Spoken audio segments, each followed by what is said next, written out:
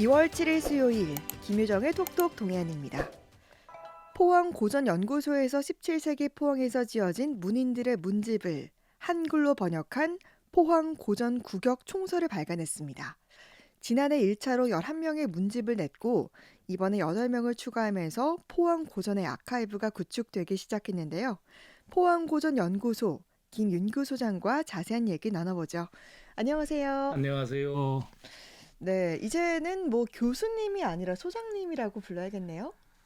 네, 제가 이제 정년을 합니다. 그런데 또 명예교수로 추대가 됐어요. 네.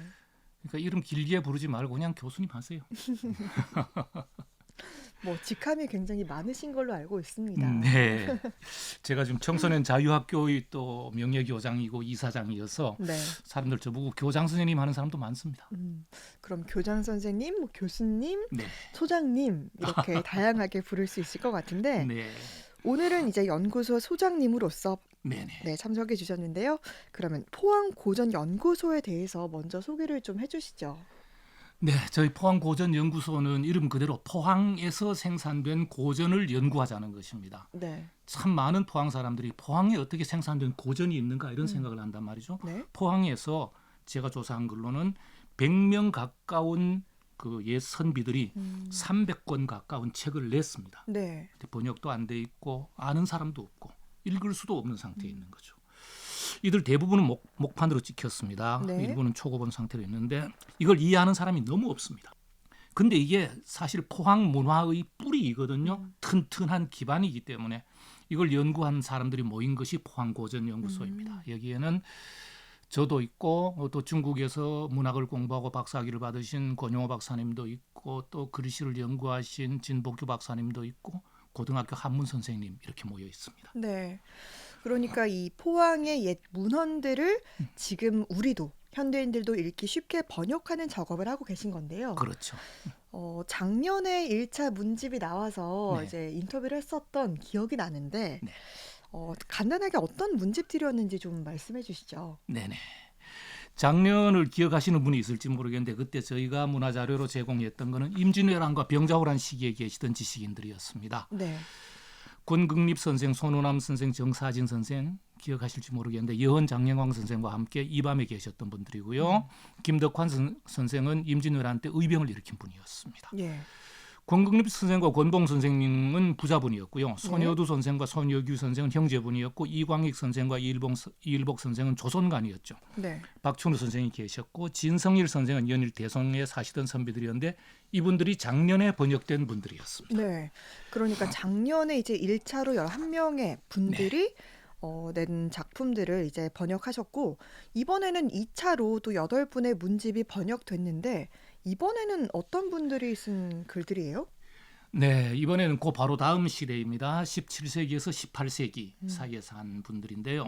이때 8분 중에서 이제 구암 이후겸 선생이나 이홍리 선생은 기계에 사셨습니다. 네. 기계에 사셨고 운화 최구장 선생은 흥예 백산리에 사셨고요. 묵제 김진규 선생과 용암 김구락 선생은 부자분입니다. 네. 이분들은 청하 소동리에 사셨고 송화 손시희 선생과 학담 손시환 선생은 형제분인데 죽장 매현에 사셨고요. 동화 권득중 선생은 죽장 이밤에 사셨습니다. 네. 이들 문집들은 다 목판으로 되어 있지만 묵제 선생과 용암 선생의 문집은 필사본으로 되어 있었습니다. 이런 문집들을 이번에 번역해서 전체를 8분의 문집을 번역해서 6권의 책으로 냈습니다. 방금 말씀하신 8분의 문집을 6권의 책으로 네. 이제 만드신 건데 그러면 이번에 2차 때 이렇게 번역한 것들은 모두 17세기에 쓰여진 문집인 거잖아요. 네네. 근데 이때가 좀 어떤 시기였는지 궁금해요. 예, 우리가 이제 17세기라는 거는 서양의 연기를 가지고 말하는 거고요. 우리나라로 보면은 인조, 효종, 현종, 숙종 시대입니다. 그러니까 광해군 이후에 인, 효, 현, 숙 요 시대인데 이때 정치적으로는 청나라와 전쟁해서 졌고 네. 그리고 서인 독재 정권이 확립되는 시기였습니다. 국가적으로는 그렇지만 지역의 백성들의 입장에서는 이때 오면은 조선 후기 지방 정치가 난맥이 시작됩니다. 예. 신분제가 흐트러지고 그다음에 관리들의 부패가 심해지고 이렇게 될 때에 이 가난한 선비들은 옛날 같으면 선비들이 보통 글만 읽고도 생활을 할 수 있었는데 이때 예. 보면은 농업에 참여하는 현상이 생깁니다. 그 선비가 농사도 짓는 이런 현상이 음. 생기고요. 또 그다음에 지방관들이 토색이 아주 심해지면은 그 세금이라든가 군역이라든가를 감당을 못 해가지고 농민들이 농토에서 이탈하는 현상이 생깁니다. 이런 일들도 나타났고요. 네. 또 이 시기에 우리나라 인구가 좀 많이 증가했습니다. 네. 인구가 증가하면서 전염병이 정말 많이 돌았어요. 거의 해마다 전염병이 돌았습니다. 네. 천연두가 제일 무거운 짐이고 천연두는 한번 돌면은 그 지역 전체 인구를 줄여버릴 만큼 돌았습니다. 예. 학질이라는 게 있었는데요. 학질은 매년 계절적으로 왔습니다. 예. 이런 게 왔고요. 그다음에 홍역이 계속 있었고 그다음에 또 조선 후기 흉년 중의 특징이 뭐냐면 가뭄과 홍수입니다. 그러니까 우리가 지금 생각하기에는 지금 우리나라는 홍수가 나도 거의 통제가 되고 네. 가뭄도 사실 급수가 됩니다. 네. 그런데 그때는 가뭄도 대응을 할 수가 없었고 홍수는 그냥 사람을 죽였습니다. 예. 이런 일들을 우리 선비들은 기록하고 안타까워하고 공감하고 같이 고통받으면서 그걸 문집으로 남겼던 것이죠. 네. 그러니까 우리 지역의 또 자연의 아름다움을 노래한 시부터 그렇죠. 이렇게 당시 사람들의 삶과 문화를 엿볼 수 있는 그런 작품들이 모두 실려 있는 문집인데요. 이 가운데 모두 다 소개하고 싶겠지만 좀 특별히 좀 소개하고 싶은 뭐 작품이나 문구가 있을까요? 네, 좋은 게 많습니다. 사실 저희가 이런 그 책을 번역하고 그것을 소개하면서 늘 느끼는 것이 이 어른들이 가지고 있었던 그 생각의 깊이와 또 안정된 정서입니다. 배가 고파도 자연을 사랑할 줄 아는 정도의 정서. 네. 그런 능력이 있었던 분들이죠. 기계 현대에 살던 영화 이홍리 선생이라고 계셨는데요. 네. 이 어른은 자신의 눈에 들어오는 경치들을 기계 자병이라는 걸로 다 모았습니다. 그중에서 기계 열애산이라는 산이 있는데 열애라는 말이 물론 우리말이었는데 그것이 한자로 쓰면은 석가모니 부처님에 대한 존칭처럼 들리잖아요. 네. 그렇게 써놨어요. 시는 이렇습니다. 문논이 열애 부처님은 언제부터 이 산에 머무르셨는가? 열반하여 상계로 돌아가시며 저문 구름 끝에 뼈를 걸어두셨네 했습니다. 지금 본 그림이 열애산에 구름이 걸려 있는 거죠. 네. 이게 부처님의 뼈에 구름이 걸린 것 같다. 이렇게 한 노래였죠. 재미있습니다. 죽장 그 이 밤에 보면은 그 동화 권득중 선생께서 쓰신 그 개구대 시가 있는데요. 네. 개구대라는 건 아주 높은 아주 위험한 바위입니다. 그런데 그 네. 위에 소나무가 써 있어요. 네. 참나무도 써 있고요. 이 어른이 쓴 시는 이렇습니다. 소나무가 늙으니 악기가 필요 없고 언덕이 평평하니 자리를 안 만드네. 서로 바라보며 금방 떠나지 못해. 바람과 달이 남은 사람 마음을 아네. 이런 건 실제로 개구대에 올라본 사람만이 알 수 있는 진짜 그럴 것 진짜 같아요. 아름다운 정서입니다. 네. 예. 또 그 외에 이런 경우도 있어요. 흥해 백산에 살던 운하 최구장 선생 같은 경우는 아까 말씀드렸던 전염병 귀신에게 제사를 지냈습니다. 전염병이 들면은 방법이 없었습니다. 네. 전염병 귀신 보고 물러가라고 제사를 지냅니다. 그래도 안 물러갑니다. 네. 그럼 이분은 전염병으로 죽은 귀신에게 안타까워하는 마음으로 지은 충문이 있습니다. 네. 일부만 보면 이렇습니다. 계절은 벌써 여름을 지났는데 봄 농사는 이미 놓쳤고 씨앗이 있으나 뿌리지 못했고 모종이 있으나 모내기를 못했네. 중략하고 유민의 시체가 길을 메웠고 시체를 쌓아서 집 문을 닫았네. 이런 부분이 있습니다. 참으로 간곡하고 안타까운 거죠. 네. 이런 지식인들의 시가 있었습니다. 진짜 이렇게 번역하시다 보면 사실 저 같은 현대인들은 이런 글을 봐도 잘 모르잖아요. 번역을 해놓지 않으면. 네. 이런 멋진 글들을 그 시대상을 전할 수 있어서 굉장히 뿌듯함도 많이 느끼실 것 같은데요. 네네.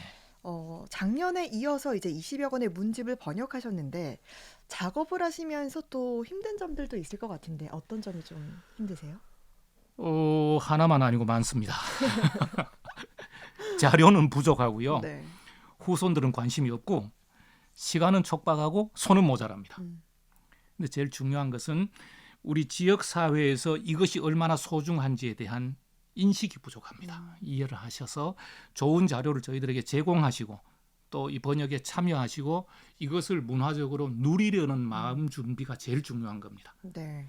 우리는 열심히 공부할 준비가 되어 있는 사람들입니다. 네. 그래서 열심히 번역하고 그리고 또 책을 또 낼 겁니다. 내년에 네. 또 낼 겁니다. 그렇죠. 네.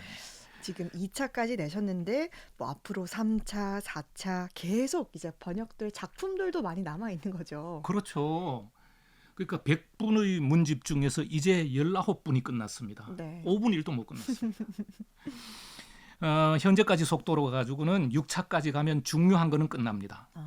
이제 겨우 2차를 했는데요. 네. 앞으로 더 해야 되겠죠. 근데 벌써 지원이 끊기려 하고 있습니다. 음.